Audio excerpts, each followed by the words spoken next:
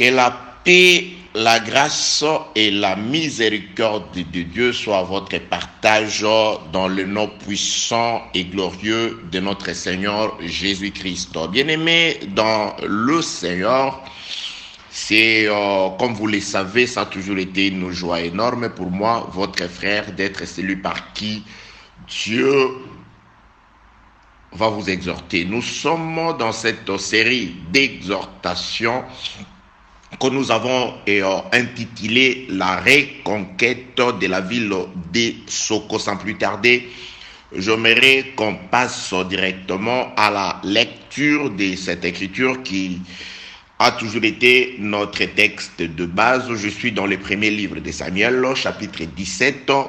Je prends juste le premier verset où il est précisément écrit. 1 Samuel, chapitre 17. Le premier verset, il est écrit: les Philistins réunirent leurs armées pour faire la guerre et ils se rassemblèrent à Soko qui appartient à Juda. Ils campèrent entre Soko et Azeka à Éphèse-Damine. Bien-aimés, nous sommes en train de parler sur la reconquête d'une ville.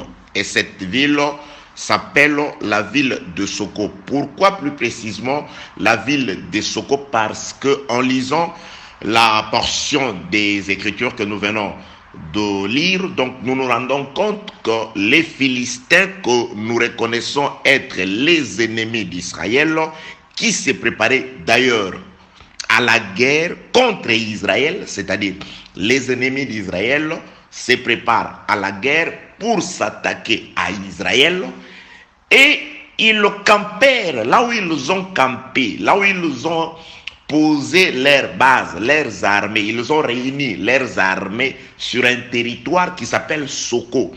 Et les Écritures précisent que ce territoire appartient à la tribu de Juda, c'est-à-dire c'est un des territoires d'Israël.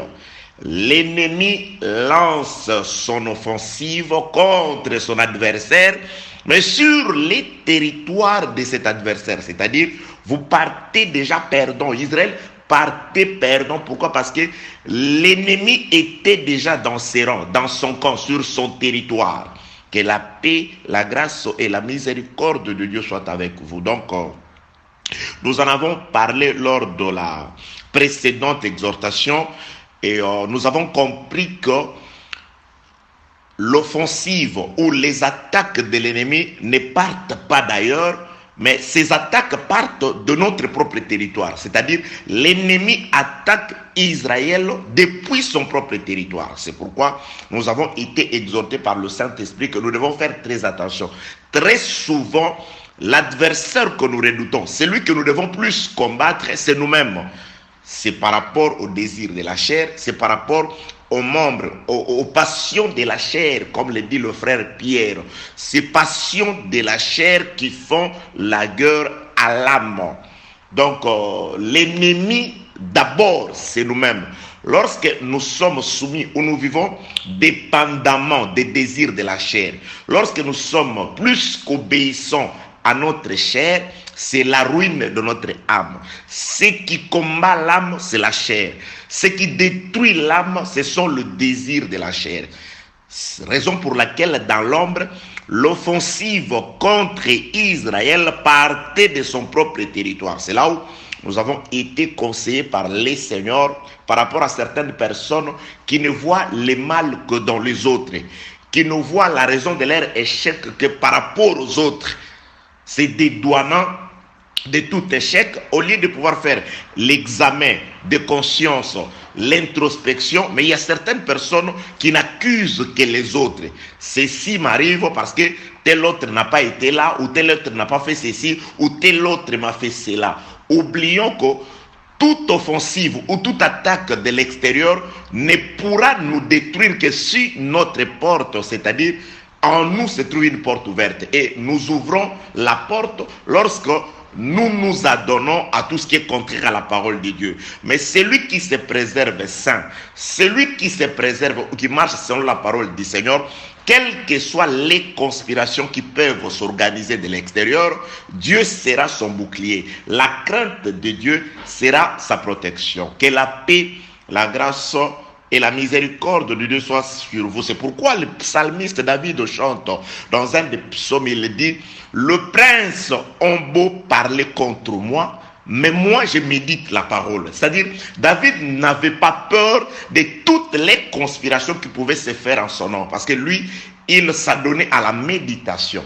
Et la véritable méditation, c'est lorsque nous comprenons la parole et que nous nous appliquons à vivre cette parole. Que la paix, la grâce et la miséricorde de Dieu soient avec vous. Bien-aimés, nous avons dit ceci aux compatriotes célestes, à vous qui aimez la parole, à vous qui vous retrouvez dans ces exhortations, à vous qui nous aimez parce que nous sommes votre frère, parce que nous sommes l'un de ceux par qui la grâce de Dieu vous parvienne. Nous vous avons toujours dit ceci. À partir de ces versets, en tout cas, il nous est déjà arrivé dans le passé de pouvoir enseigner sur ces passages. Nous avions parlé, ou nous parlons toujours sur la rédemption de la ville de Soko. Là-dessus, Dieu nous révèle beaucoup de choses. Alors là, Dieu nous a mis cette fois-ci à cœur de pouvoir partir dans un sens exhortatif. Donc nous exhortons les bien-aimés de manière à stimuler en nous cet esprit de révolte. Parce que lorsque nous lisons les Écritures, nous voyons que le territoire de Soko a été échu en partage à la tribu de Juda, Israël. Mais quand on regarde dans la réalité, ce n'est pas celui à qui cette portion des Écritures, plutôt cette portion de terre a été donnée, qui en est les maîtres. Donc Israël avait soldé sa grâce, il avait soldé sa faveur, il avait soldé le droit de l'Éternel au profit de l'ennemi. C'est ce qui nous arrive très souvent. Donc c'est sur ces registres-là que nous avons beaucoup plus évolué de manière à nous exhorter à faire attention. De la même manière que Israël, à qui la ville de Soko avait été offerte comme don, l'avait perdu et les ennemis en profitaient pour les détruire. Il arrive aussi très souvent dans la vie de la plupart d'ailleurs des compatriotes célestes que le faveur du Seigneur, le promesse merveilleuse de Dieu, les grâces merveilleuses de Dieu promises à l'Église, nous ne les vivons pas. Les gens se moquent de notre Seigneur à cause de ce que nous menons comme vie, à cause de nos incapacités, à cause de nous. Le nom du Seigneur est offensé. Nous sommes tellement inefficaces devant certaines situations que nous ne parvenons pas à démontrer que Dieu est la vérité. La parole est juste. Jésus-Christ a réellement, par sa mort et par sa résurrection, vaincu la mort, anéanti le diable. Il a fait de nous des plus que vainqueurs. Donc c'est pourquoi nous devons prendre en compte les dons du Seigneur, les grâces du Seigneur, nous en servir de manière à ce que celui qui nous a fait ces dons puisse voir son nom glorifié lorsque ces grâces sont utilisées à bon escient par nous qui en sommes les bénéficiaires. Que la paix, la grâce, la miséricorde, l'amour, la protection et l'œil spirituel de Dieu vous soient donnés par Jésus-Christ dans sa grâce. Bien-aimés, aujourd'hui, nous continuons toujours dans le même registre. Ce registre qui nous ramène d'abord, qui nous conscientise que comme peuple de Dieu, nous sommes possesseurs des différentes grâces du Seigneur.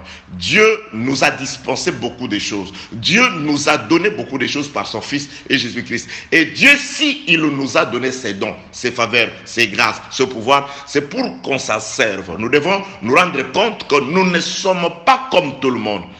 Ça, Dieu me l'a toujours dit. Si tu ne veux pas être comme tout le monde, chers frères, chères sœurs, je vais partager avec toi ces conseils selon la grâce du Seigneur, selon qu'il m'a toujours dit. Si tu ne veux pas que ce qui arrive à tout le monde t'arrive, ne vis pas comme tout le monde. Si tu veux vivre une grâce particulière de Dieu, mène aussi une vie particulière parmi la multitude.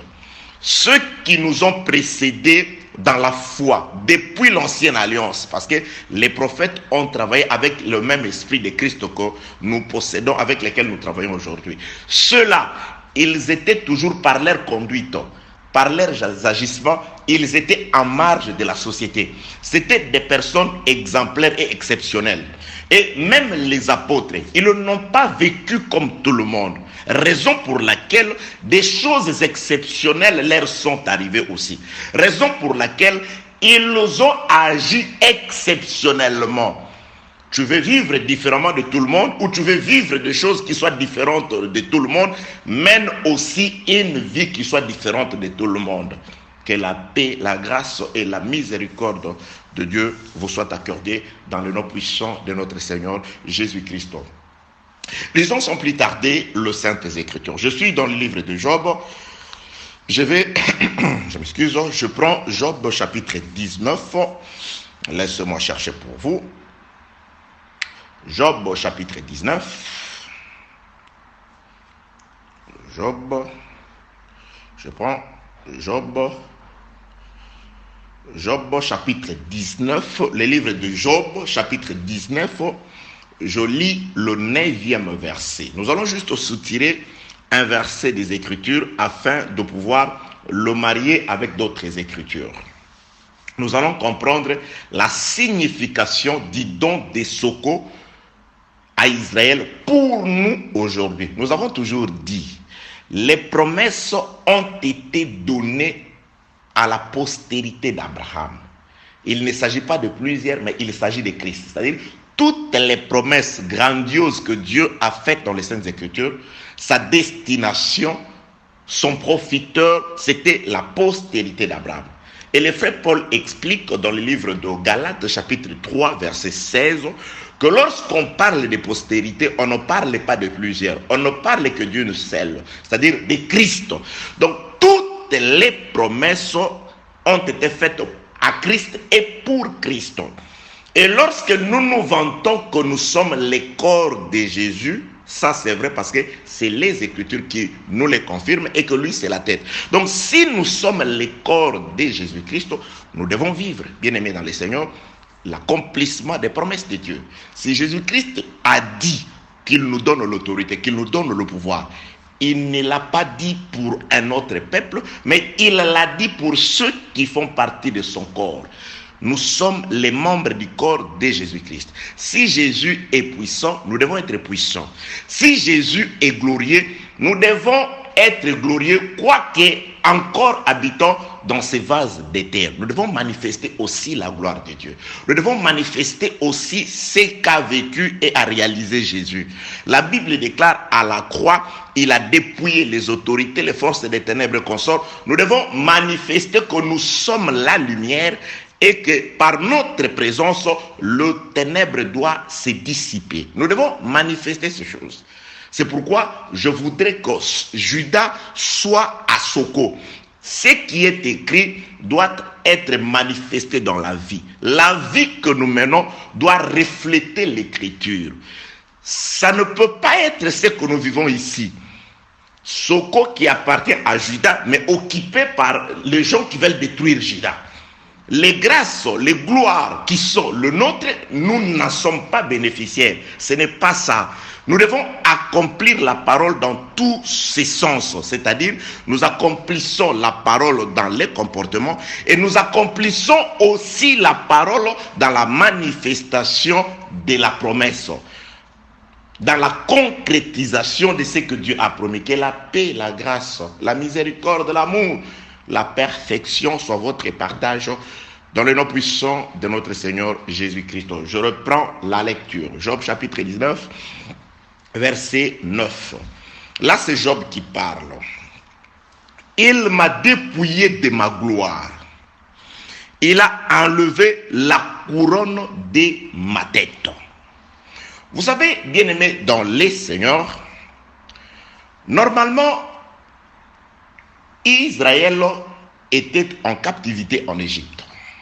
C'est Dieu qui est allé chercher Israël.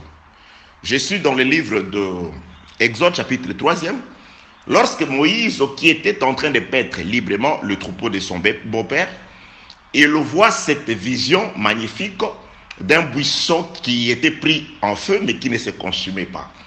Et de la buisson sort une voix qui était celle de l'Éternel qui dit: je suis le Dieu d'Abraham, d'Isaac et de Jacob, je suis ainsi descendu. Après avoir écouté les cris, vu la souffrance de mon peuple, je suis descendu pour le délivrer. Donc Dieu confirme qu'Israël était en train de gémir, de souffrir, et après avoir vu, entendu, il est descendu. C'est-à-dire, c'est Dieu qui est descendu pour chercher un peuple à qui il avait fait la promesse de posséder un territoire ou un pays.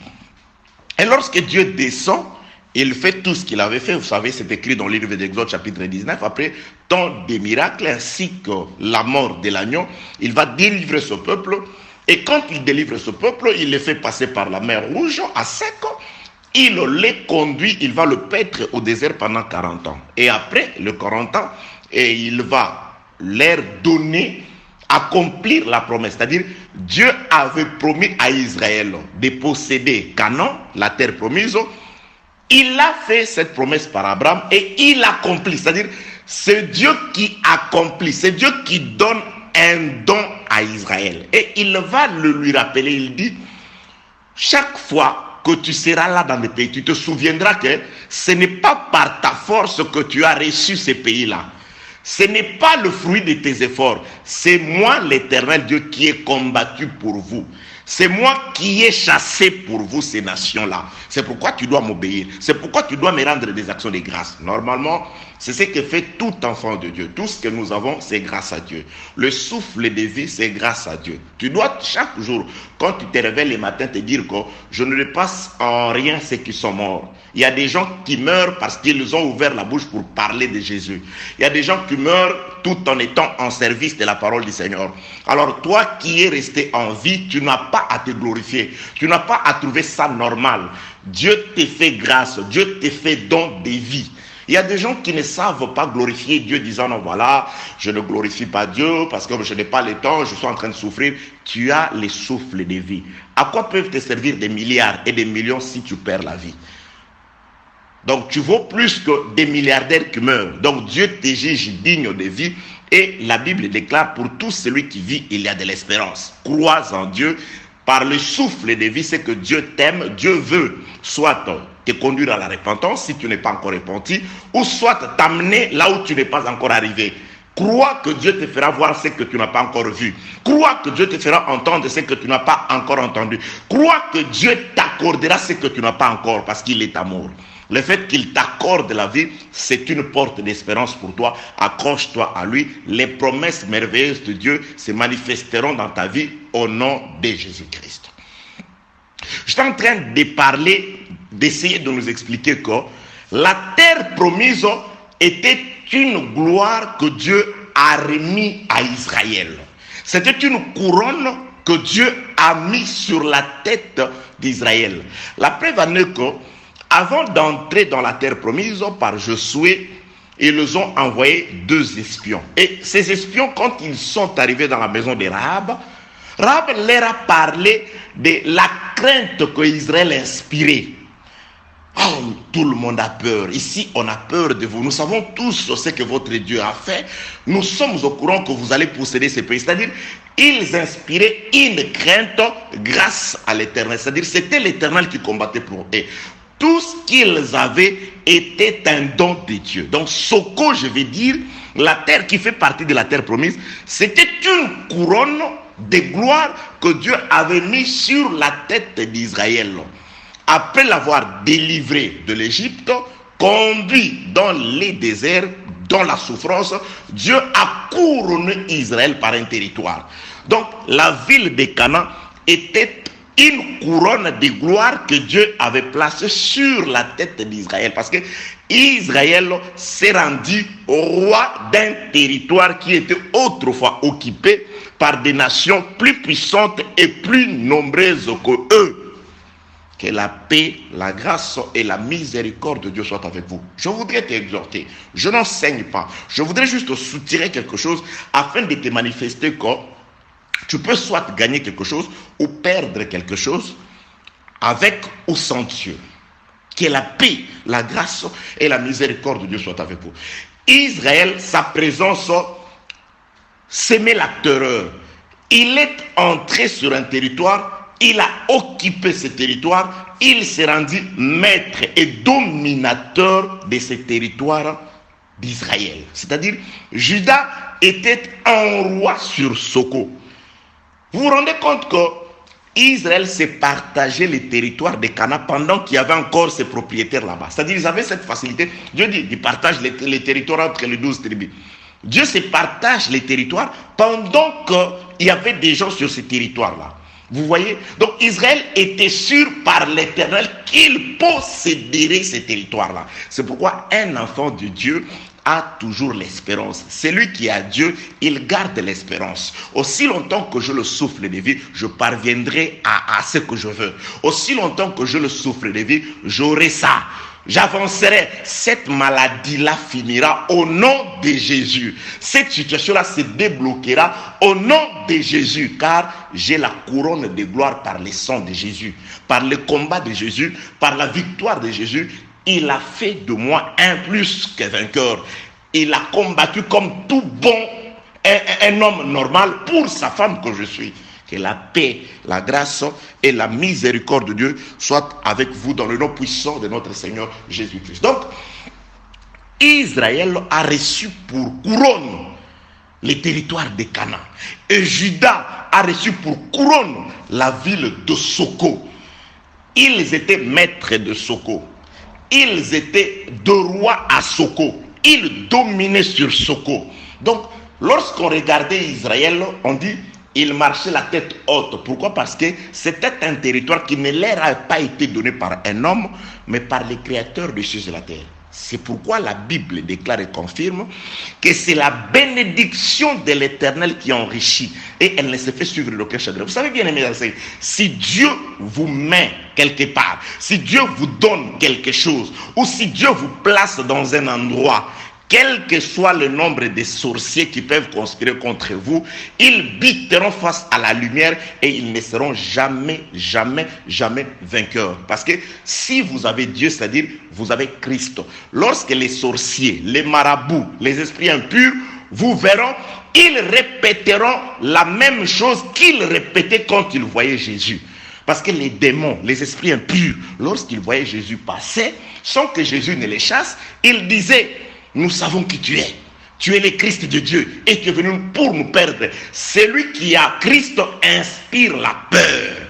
Celui qui a Christ, quand tu passes, il parle. Peut-être que tu n'as pas d'oreille pour écouter, mais il parle. Ils savent que toi tu es la lumière et tu produis la lumière. À la présence de la lumière, ça je le répéterai toujours, les ténèbres n'ont que faire que de fuir. Que la paix, la grâce et la miséricorde de Dieu soient avec vous.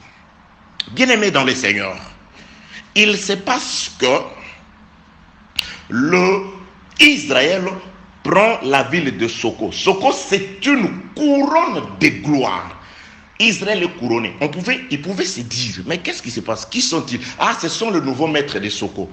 Mais je connaissais, avant c'était le Canaanais. Non, on les a vaincus, on les a chassés. Ils sont des esclaves, on les a exterminés. Là-bas, tout le monde est exterminé. Il y a que même les bébés ont été exterminés. Ah, donc c'est ça. Oui, Israël, c'était des rois sur ce territoire-là. Et la couronne d'Israël, c'était le territoire de Soko.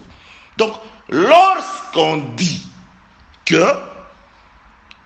les Philistins s'étaient réunis à Soko qui appartient à Juda, nous comprenons déjà que Juda chassait de Soko, de son territoire, parlait d'Israël qui avait perdu sa couronne. Israël a perdu sa couronne, c'est-à-dire, oui, bien-aimés dans le Seigneur. C'est là que je voudrais nous exhorter aujourd'hui. Nous avons été couronnés avec Jésus-Christ à la croix. Parce qu'à la croix, c'est là où il a reçu l'onction qui a fait de lui souverain sacrificateur. Et comme souverain sacrificateur ne travaille pas seul, il a travaillé, il a aussi pris le sien que nous sommes comme ses enfants. Nous sommes avec lui comme des sacrificateurs et lui comme les souverains sacrificateurs. De même que Aaron, qui avait l'onction de supériorité, travaillait avec ses enfants, qui avaient aussi reçu l'onction sur la tête, nous aussi, par sa mort, il nous a aussi oints. Il a fait de nous un royaume et des sacrificateurs pour son Père. Donc, Jésus est le souverain sacrificateur et nous sommes des sacrificateurs. Et la Bible déclare dans le livre de Lévitique que l'huile d'onction, c'est la couronne sur la tête du sacrificateur. Il a reçu la couronne sur sa tête et nous aussi qui avons été oints comme sacrificateurs avec Jésus par sa mort et sa résurrection, nous avions de couronnes. C'est-à-dire, celui qui croit à Jésus-Christ, celui qui accepte Jésus-Christ, c'est quelqu'un qui reçoit la couronne. Et sur cette couronne, Jésus-Christ dit, je vous donne l'autorité, je vous donne le pouvoir. Nous avons l'autorité, nous avons le pouvoir. C'est ça la couronne que lui nous a donnée. Parce que Jésus-Christ, souverain sacrificateur, nous sacrificateurs, nous avons lui, c'est l'huile de supériorité, l'onction, et nous, c'est l'onction. C'est pourquoi il nous a transmis de son huile, de son pouvoir, de son autorité. Sur la tête, on nous voit. Parce que les souverains sacrificateurs, ils ne sortaient pas. Ils restaient là-bas parce qu'il avait l'huile de supériorité. Mais c'était ses enfants qui sortaient. Nous sommes de ceux qu'on voit. Si on veut voir Christ, on nous voit à partir du vêtement, à partir du pouvoir et à partir de l'autorité. Mais lorsque Judas péchait, c'est-à-dire Judas perdait de son autorité. La raison pour laquelle les Philistins se sont montrés plus forts que Judas, qu'Israël, ils ont chassé Judas sur leur territoire. Donc les Philistins récupèrent la couronne qui était pour Israël. Oui, bien-aimé dans le Seigneur, je m'en vais te dire, l'ennemi est en train de te frapper, la maladie est en train de te frapper. Toutes ces choses-là sont en train de déranger ta vie. Pourquoi? Parce que tu as perdu ta couronne. Et quand tu as laissé tomber ta couronne par la crainte de Dieu, c'est pourquoi l'ennemi s'en est emparé. Il a pris la couronne qui était à toi.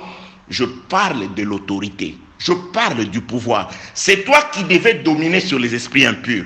C'est toi qui devais dominer sur ces situations de précarité qui te sont collées. C'est toi sur qui il a été dit rien ne pourra plus jamais te nuire. Mais te voilà aujourd'hui devenu l'ami des ennuis. Te voilà aujourd'hui devenu habitant du pays des problèmes, des difficultés. Tu as perdu de ta couronne. Tu as laissé tomber la couronne par par le péché, par le manque de la crainte de Dieu. Et l'ennemi n'a pris que ta couronne. Oui, Job dit ceci. Il m'a dépouillé de ma gloire. Il a enlevé la couronne de ma tête. L'autorité de dominer a été donnée à Adam. Adam, tu vas dominer sur les poissons, tu vas dominer sur les oiseaux, tu vas dominer sur les oiseaux. Voilà la couronne que Dieu avait posée sur la tête d'Adam. La couronne de la domination, la couronne de l'autorité. C'est ça le soco d'Adam. Adam était maître sur son soco qui était le jardin d'Éden. Il a donné même au serpent les noms. Il a donné les noms à tous les animaux. Il a dominé, il a régné, il était roi, il avait la couronne, il avait la gloire sur lui. Mais lorsqu'il a péché, le jour où Adam a péché, il a désobéi, la Bible déclare, c'est le jour où Dieu lui a ôté sa gloire. Adam qui était glorieux, Adam qui dominait sur tous les animaux, Dieu va les réduire en poussière, en cendre. Il dit, tu deviens la poussière. Et Dieu prend la couronne d'Adam. Il le met sur la tête du serpent, de son adversaire. Bon, serpent, toi, tu mangeras la poussière.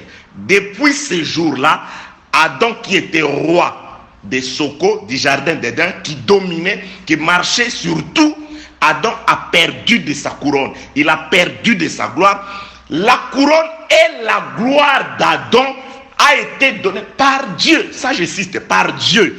Il a pris, il dit, bon, ça va, comme tu m'as désobéi, comme tu ne marches plus selon la parole, comme tu ne veux pas respecter la parole, comme tu t'adonnes au plaisir de ce monde, comme tu es celui qui sert à volonté ta chair, tu donnes à ta chair tout ce qu'elle te demande, alors je t'ôte ta couronne, je vais t'ôter ta gloire. Je ne la jette pas. Mais Dieu prend cette couronne, prend cette gloire, il la donne au serpent, à l'adversaire, à celui qui en voulait à la vie d'Adam. Depuis ces jours-là, le serpent a continué, le diable a continué de dominer sur Adam. Que la paix, la grâce et la miséricorde de Dieu soient avec vous. C'est toi qui offres la domination au diable. Les esprits impurs t'étouffent parce que c'est toi qui vis selon le monde. C'est toi qui désobéis à Dieu. Quand tu désobéis à Dieu, qui que tu aies été avant, quelle que soit l'huile qui ait été posée sur sa tête. C'est pourquoi certains prédicateurs sont devenus les prédicateurs du passé. Ils ne racontent que, vous savez, aujourd'hui on ne prêche rien. Nous, quand on prêchait, nous, quand on faisait les miracles, nous, quand on a commencé, comme si le temps des miracles est passé. Or, la Bible déclare, ce n'est pas par sagesse qu'on dit que les jours passés sont meilleurs. Un homme doit toujours progresser. Un homme doit toujours prospérer. Un homme de Dieu doit toujours aller de l'avant. Oui, les passés c'était mieux. Et les présents, les futurs. Nous devons toujours travailler de mieux en mieux. Nous ne sommes pas du nombre de ces prédicateurs qui s'accrochent au passé. Pour qu'on se souvienne d'eux, ils doivent parler des années passées. Voilà ce que nous étions. Nous, ce n'est pas comme aujourd'hui. Mais aujourd'hui, qu'est-ce que tu es? Qu'est-ce que tu fais? Tu as tout simplement, à cause de l'amour de la chair, tu as fait tomber la couronne et la gloire. Et Dieu a pris cette couronne et cette gloire. Il l'a remis à tes ennemis. Israël désobéissant, je suis dans le livre des Juges.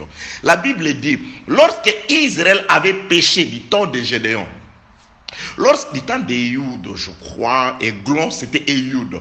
Lorsque Israël avait désobéi à l'Éternel, je suis dans le livre de Juges, chapitre 4, plus précisément.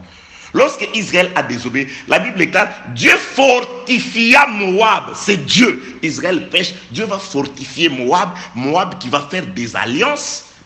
Il va appeler les Amalécites, il va appeler les Ammonites et Églon. Israël pêche, Dieu fortifie Moab. Adam pêche, Dieu fortifie les serpents. Oui, le serpent a raison de pouvoir frapper le diable et voir se frapper la poitrine devant Jésus. Je cherche ce passage, je suis dans le livre de Luc, chapitre 4.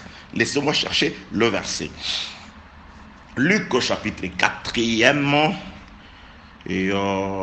Ok, Luc, chapitre 4e. Je commence au verset 5e, il est écrit. Le diable l'ayant élevé. Donc là, c'est une conversation, ou c'est une... Oui, conversation, pourrais-je dire, entre Jésus et le diable. Le diable l'ayant élevé, lui montra à un instant tous les royaumes au pluriel de la terre. Tous les royaumes de la terre. Le diable a montré ça à Jésus. Verset 6e. Et il lui dit, le diable dit à Jésus, je te donnerai toute cette puissance et la gloire de ces royaumes. Prenez le mot, la gloire de ces royaumes, car elle m'a été donnée, je la donne à qui je veux. C'est que le diable dit. Par la suite, vous ne lirez nulle part où Jésus-Christ le contredit. Non, il a raison. Il lui montre tous les royaumes de la terre. Il dit, je donne la gloire de ce royaume à qui je veux. Elle m'a été donnée. Là, il est sincère. Là, le diable est sincère. Qui lui a été donné? C'est Dieu. Quand? Lorsque Adam a péché. Parce que celui à qui Dieu a donné la gloire de la terre entière, c'était Adam. Tu domines sur tout. Tu es le maître de tout. Le tout-puissant Adam, par le péché, il a perdu la gloire. Il a perdu la couronne. Et Dieu a pris cette couronne. Il l'a mis sur la tête du serpent, du diable. Il a pris cette gloire. Il l'a donnée au serpent. Et le serpent le confirme à Jésus. Tu vois la gloire de ce monde-là? Si tu t'agenouilles devant moi, je te la donne. Parce que je la donne à qui je veux. C'est pourquoi le monde est sous la puissance du diable. Le monde est sous la puissance des ténèbres. Or, ce n'était pas ça le cas avant. C'était Adam qui régnait. Oui, aujourd'hui, regarde ce que tu deviens. Tu n'as que la bouche pour parler de toi. Mais lorsqu'on te regarde en réalité, certaines personnes devant qui tu te vends, ils disent, mais oh, tu n'es plus ce que nous t'avons connu autrefois. Tu n'as plus ce charisme-là, tu l'as perdu. Tu as perdu l'huile sur la tête, tu as perdu la couronne. Tu t'efforces pour rien. Répands-toi. Va pleurer devant le Seigneur. Va chercher Dieu. Tu as perdu la couronne, tu as perdu son corps. C'est comme si un Israélite qui allait dire non, voilà, et je suis juste là en vacances, je vais rentrer à Soko. Mais celui qui connaît la vérité dit non, non, sur le papier c'est pour vous, c'est pour vous, c'est pour toi. Mais en réalité, nous savons tous que sur Soko, ce sont les Philistins qui y règnent. Et de là, ils sont en train même de préparer une attaque contre toi. Au lieu de te préparer, d'aller chercher Dieu, tu te vantes, je suis Soko est pour moi. Oui, je suis un enfant de Dieu, tu chantes, tu danses, la gloire c'est pour nous, la bénédiction pour nous, mais ta vie par rapport à ces promesses-là. Cherche plutôt où tu es tombé. Rentre, pleure, il est miséricordieux. Les temps de la grâce, les temps du pardon. Le sang parle encore. Les temps de l'aspersion du sang n'est pas fini. Tu peux demander pardon, tu peux pleurer, tu peux te repentir. Au lieu de pouvoir te justifier toujours, au lieu de pouvoir parler de toi. Je l'ai toujours dit, vous savez, si vous voyez un prédicateur parler plus de lui que de Christ, sachez qu'il n'a plus rien à donner. Vous savez, en Égypte, lorsque les Égyptiens avaient de quoi à donner pour avoir du blé, ils donnaient de l'argent, ils ont tout donné, de l'argent. Lorsqu'il n'y avait plus d'argent, ils ont donné leur territoire, leur terrain. Et lorsqu'ils n'avaient plus rien à donner, c'est alors que les Égyptiens se sont vendus eux-mêmes. Si vous voyez un prédicateur, au lieu de vendre Jésus, c'est vendre lui-même. Vous savez, moi, je suis, vous savez,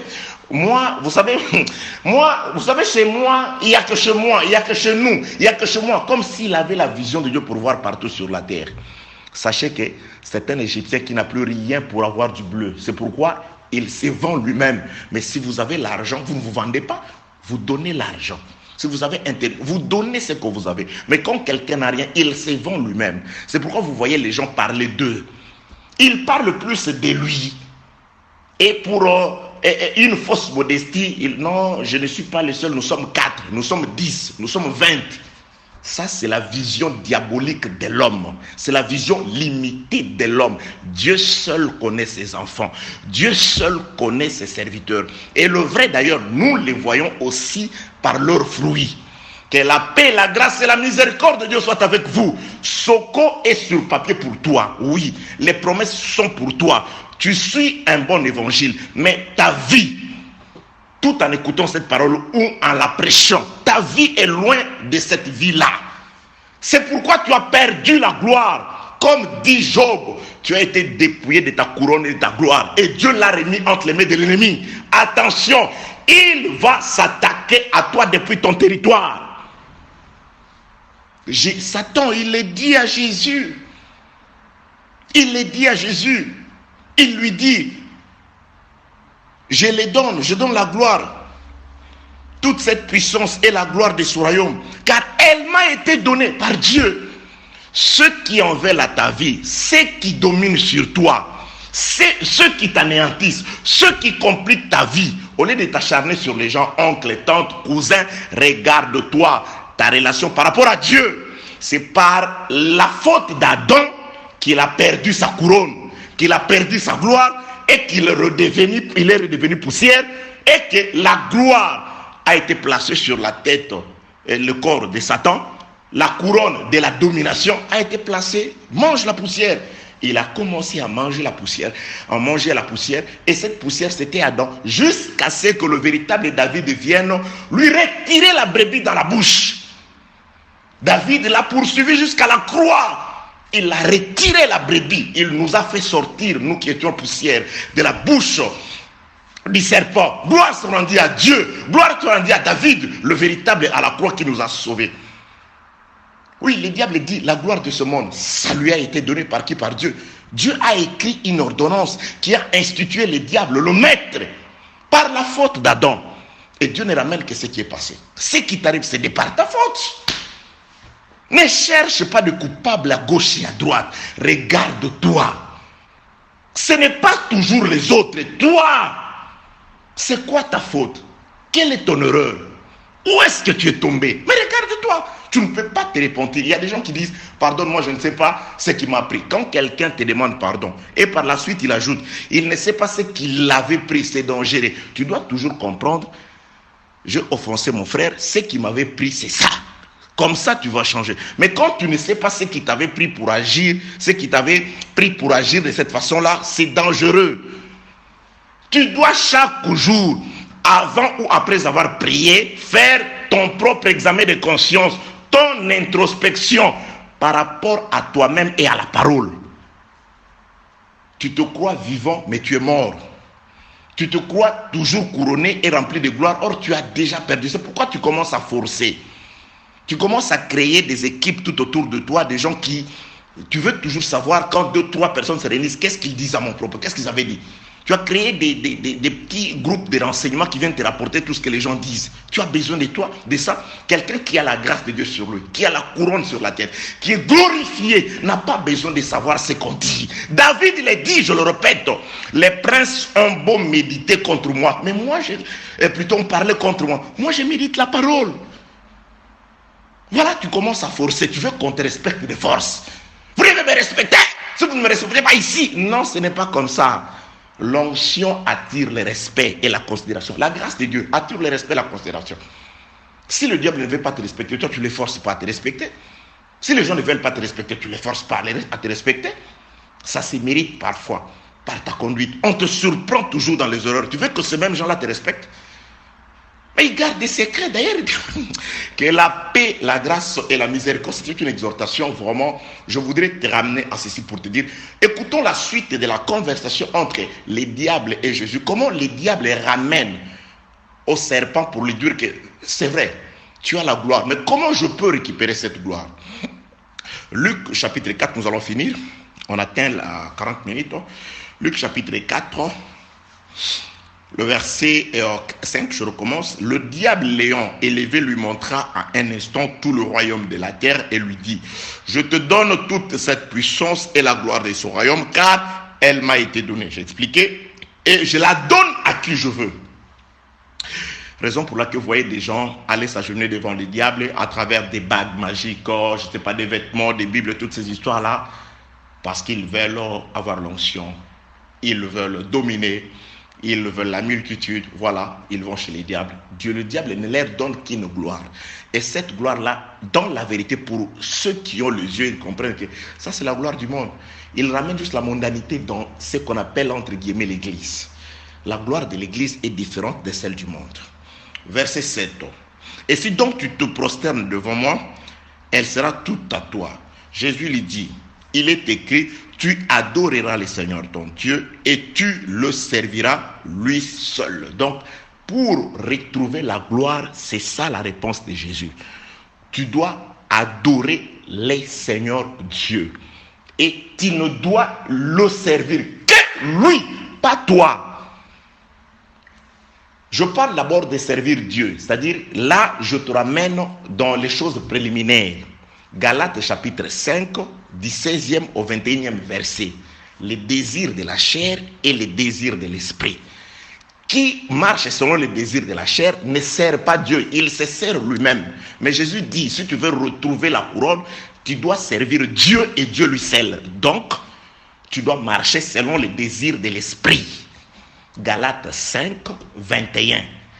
Les désirs de l'esprit. Les désirs de l'esprit, c'est-à-dire marcher selon la parole. C'est ça, servir Dieu. Et quand tu sers Dieu, lui seul, c'est-à-dire que tu l'adores. Adorer Dieu, ce n'est pas seulement élever, dire je t'adore. Mais c'est prendre Dieu par-dessus tout.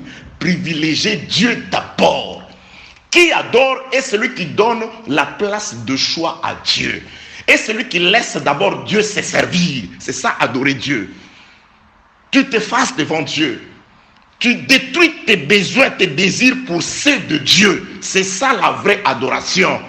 En esprit et en vérité. Ça ne se limite pas au niveau des paroles. Les paroles ne viennent que confirmer ce que tu présentes à Dieu comme offrande. Car l'adoration, c'est par l'offrande d'une vie sainte, d'une vie irréprochable, irrépréhensible, selon la parole. Selon qu'il est écrit, je suis dans le livre de Romains, chapitre 12, le premier verset, qui dit, offrez vos corps à Dieu comme un sacrifice vivant, saint et agréable. Ce qui sera de votre part un culte agréable. Le culte agréable, l'adoration, lorsque vous offrez à Dieu, pas le corps de quelqu'un d'autre, mais votre propre corps, de manière sainte, irréprochable et agréable. Vous voyez comment la formule que Jésus montre au diable. Oui, je suis venu pour récupérer la gloire qu'a perdue Adam. Mais cette gloire, je ne la récupérerai qu'en adorant Dieu à la croix, en acceptant la mort et en faisant sa volonté, en ne le servant que lui. Quand tu ne sers que Dieu, quand tu n'adores que Dieu, sache que la couronne qu'a perdu Adam te reviendra. La gloire qu'a perdu Adam te reviendra. C'est ainsi qu'on verra David vainqueur de Goliath et Judas pourra récupérer son secours. Que la paix, la grâce et la miséricorde vous soient accordées dans le nom puissant de notre Seigneur Jésus-Christ. Amen.